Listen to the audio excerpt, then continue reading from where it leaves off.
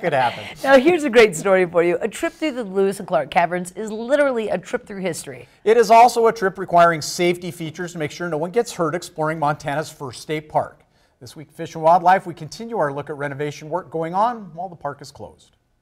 This week in Fish and Wildlife, sponsored by your local Montana Toyota dealers. Thursday morning, time once again for This Week in Fish and Wildlife. For the first time in the history of this series, we're actually below ground. Tell me where we are first off, Julia, and then talk about a little bit about what's going on behind us. Okay, well, we are in Lewis and Clark Caverns in the lower Cathedral Room. And right behind us here, you have all of the materials that the construction crews are using to revamp our lighting system.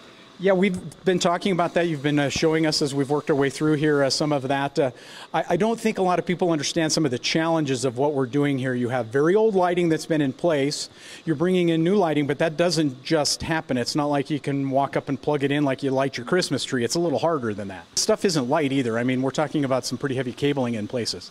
Yes, exactly. So more than a pound per foot on the main power feeder going through the caves. So the longest section that had to be carried in by hand is 120 feet.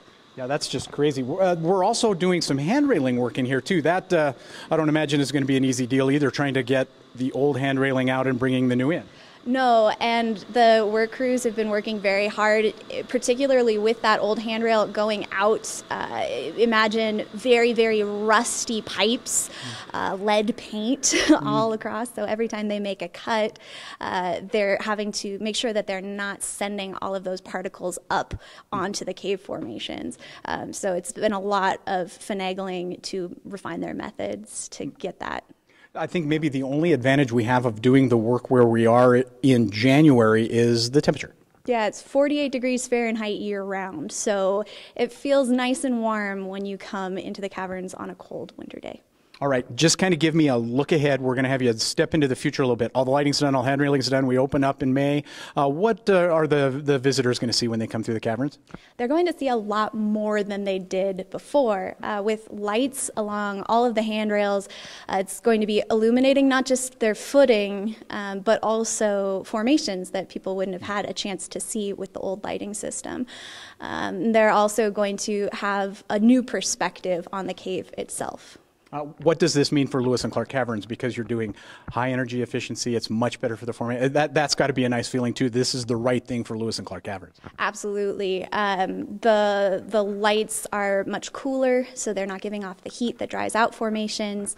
The old incandescents were just a perfect storm for algae growth. Hopefully this will help reduce that as well. And just having new systems in place mean people are not going to have to be moving through some of these areas as frequently to make repairs or address problems that we had with the old system. That's perfect. We'll check in with you as we get closer to the opening, see how this is all going. But thank you for showing us around on the beginning of this. Julie, thank you very much. And that's This Week in Fish and Wildlife. This Week in Fish and Wildlife was sponsored by Toyota. Let's go places.